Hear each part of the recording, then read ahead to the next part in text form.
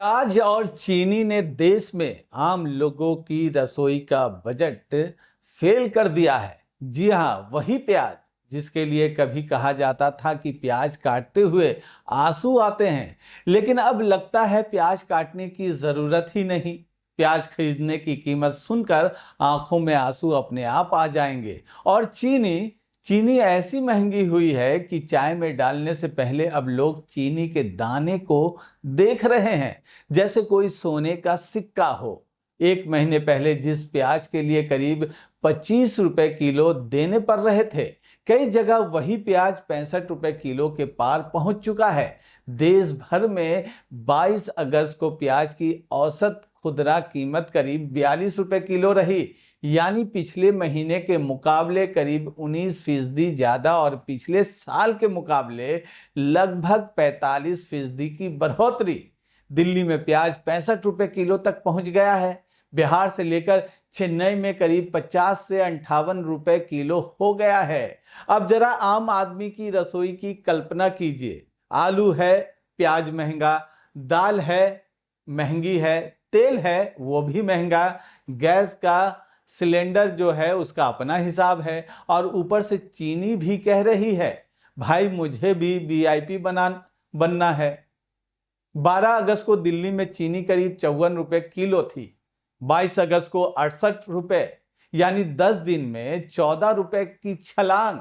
गुवाहाटी में 54 से 71 रुपए, रांची और कोलकाता में, साथ ही पटना में 54 से 70 रुपए। हैदराबाद और चेन्नई में भी चीनी करीब 70 रुपए किलो तक पहुंच गई है। मतलब चाय अब सिर्फ चाय नहीं रही, यह महंगाई परोसने का माध्यम बन गई है। और सबसे दिलचस्प बात, 17 अगस्त के बाद चीनी के भाव ने ऐसी रफ्तार पकड़ी जैसे उसे पता हो कि त्योहार आने वाले हैं और उससे पहले जेब की आखिरी सांस भी निकालनी है। दिल्ली में 17 अगस्त को चीनी 59 रुपए थी, 18 अगस्त को 62, 19 अगस्त को 64, 20 अगस्त को 67, 21 अगस्त को 68, यानी 4 दिन में 8 रुपए की बढ़ोतरी। अब सवाल है आखिर ऐसा क्यों हो रहा है? तो प्याज की कहानी थोड़ी तकनीकी है, लेकिन इसका दर्द बिल्कुल घरेलू है। भारत में प्याज की कीमत काफी हद तक उसकी मौसमी आवक पर निर्भर करती है। मार्च अप्रैल में आने वाली रबी प्याज देश की बड़ी स्टोरेज फसल है। यही प्याज कई महीनों तक बाजार की जरूरत पूरी करती है, लेकिन इस साल पुराने स्टॉक पर दबाव ज्यादा रहा। महाराष्ट्र में बेमौसम बारिश और ओलावृष्टि से देर से तैयार होने वाली फसल और स्टोर किए गए प्याज की गुणवत्ता प्रभावित हुई। अब पुराना स्टॉक खत्म होने की तरफ है और नई फसल अभी पूरी ताकत से बाजार में नहीं पहुंची, यानी बाजार में वही पुरानी कहानी, पुराना खत्म, नया अभी आया नहीं, और कीमत ने मौका देखकर छलांग लगा दी। ऊपर से खरीफ प्याज की बुआई भी मानसून की देरी से प्रभावित हुई है। इसका मतलब नई फसल की कटाई और बाजार में आवक आगे खिसक सकती है। अब सरकार भी बैठी नहीं है। सरकार ने प्याज की कीमतों पर लगाम लगाने के लिए कांदा एक्सप्रेस चलाने का फैसला किया है। नासिक से प्याज विशेष ट्रेनों के जरिए दिल्ली, चेन्नई, कोच्चि और गुवाहाटी जैसे बड़े बाजारों तक पहुंचाने की तैयारी है।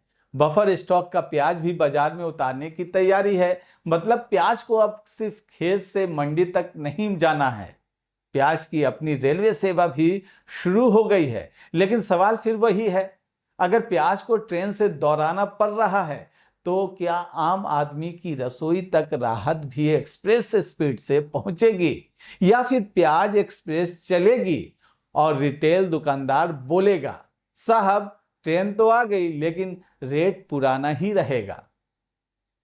अब आते हैं चीनी पर। चीनी की कीमतों को नियंत्रित करने के लिए सरकार जमाखोरों पर कार्रवाई कर रही है। चीनी मिलों पर भी सख्ती की जा रही है। सरकार ने 10 लाख टन कच्ची चीनी के आयात को मंजूरी दी है। उम्मीद है कि इससे त्योहारों से पहले बाजार में सप्लाई बढ़ेगी और कीमतों पर दबाव कम होगा। लेकिन यहाँ एक सवाल आम आदमी पूछ सकता है, जब कीमत बढ़ती है तो सरकार का तर्क क्या होता है? कभी कहा जाता है किसानों को फायदा होगा, कभी कहा जाता है मांग और आपूर्ति का खेल है, कभी कहा जाता है मौसम जिम्मेदार है, और कभी सलाह आती है चीनी कम खाइए, सेहत के लिए अच्छी नहीं है। वाह, महंगाई का भी क्या शानदार इलाज निकला है। चीनी 70 रुपए किलो हो गई, कम खाइए। प्याज 65 रुपए किलो हो गया, कम खाइए। तेल महंगा हो गया, कम इस्तेमाल कीजिए। दाल महंगी हो गई, थोड़ी पतली कर लीजिए। और अगर सब्जियां भी महंगी हो गई तो फिर शायद सरकार कहेगी स्वास्थ्य के लिए इंटरमिटेंट फास्टिंग कीजिए।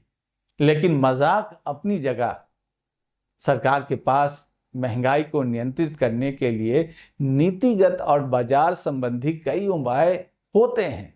बफर स्टॉक, आयात निर्यात नियंत्रण, जमाखोरी पर कार्रवाई और बाजार में सप्लाई बढ़ाना, ये सब जरूरी कदम है। लेकिन आम आदमी के लिए असली सवाल आंकड़ों का नहीं है, उसके लिए सवाल है आज बाजार जाकर घर का बजट कैसे संभाले।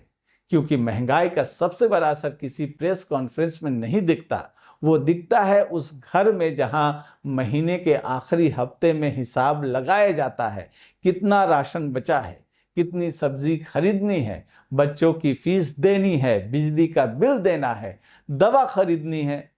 और अब प्याज चीनी भी बजट में अपनी अलग कुर्सी मांग रहे हैं। सरकार कह सकती है कि प्याज की कीमत मौसमी है, सरकार कह सकती है कि चीनी की कीमतों को नियंत्रित करने के कदम उठाए जा रहे हैं, सरकार यह भी कह सकती है कि किसानों को बेहतर कीमत मिलना अच्छी बात है, और सच ये भी है कि किसान को उसकी उपज का उचित दाम मिलना चाहिए। लेकिन सवाल यह है कि किसान और उपभोक्ता के बीच ऐसा संतुलन क्यों नहीं बन पा रहा जिसमें किसान को सही दाम मिले और उपभोक्ता की जेब भी ना कटे। क्योंकि अगर खेत से निकली चीज किसान को कम दाम देती है और शहर में पहुंचते पहुंचते वही चीज कई गुना महंगी हो जाती है, तो फिर बीज की पूरी व्यवस्था पर सवाल उठना स्वाभाविक है। आखिर इस बढ़ती कीमत का फायदा किसे मिल रहा है?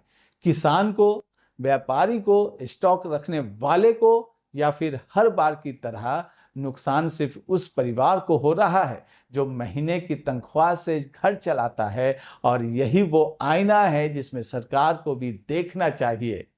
क्योंकि महंगाई सिर्फ विपक्ष का राजनीतिक मुद्दा नहीं है, महंगाई रसोई का मुद्दा है, और रसोई में राजनीति नहीं चलती, वहां हिसाब चलता है।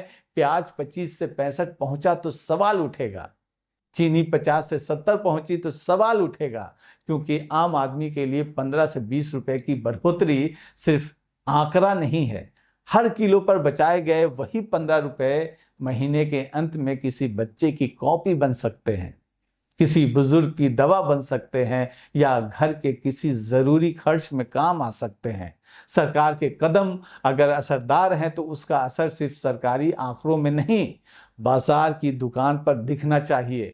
कांदा एक्सप्रेस अगर चल रही है तो उसकी मंजिल सिर्फ दिल्ली का बाजार नहीं होना चाहिए, उसकी मंजिल होनी चाहिए आम आदमी की रसोई। और चीनी का आयात अगर हो रहा है तो उसका फायदा सिर्फ सप्लाई चेन तक सीमित नहीं रहना चाहिए, उसका असर उस चाय के कप में दिखना चाहिए जिसमें चीनी डालते वक्त आदमी को कैलकुलेटर ना निकालना पड़े। क्योंकि जनता को भाषण नहीं चाहिए, जनता को यह भी नहीं सुनना कि कम खाइए। जनता चाहती है कि सरकार ऐसा सिस्टम बनाए जहां उसे अपनी ज़रूरत की चीज़ें कम खरीदनी ही ना पड़े।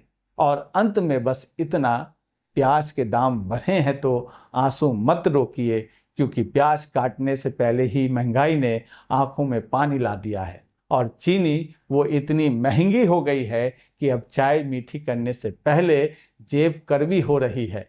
सवाल सरकार से है, व्यवस्था से है, और बाजार से भी। किसान की आमदनी बढ़े, व्यापारी का कारोबार चले, लेकिन आम आदमी की कमर क्यों टूटे?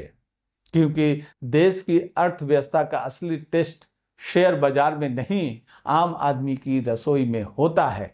तो दोस्तों, अगली बार फिर मिलेंगे किसी ऐसी खबर के साथ जिसका असर सिर्फ अखबार के पन्ने पर नहीं, आपकी जेब पर पड़ता है। तब तक प्याज संभाल कर रखिए, चीनी नाप कर डालिए और सवाल पूछना बिल्कुल बंद मत कीजिए। नमस्ते।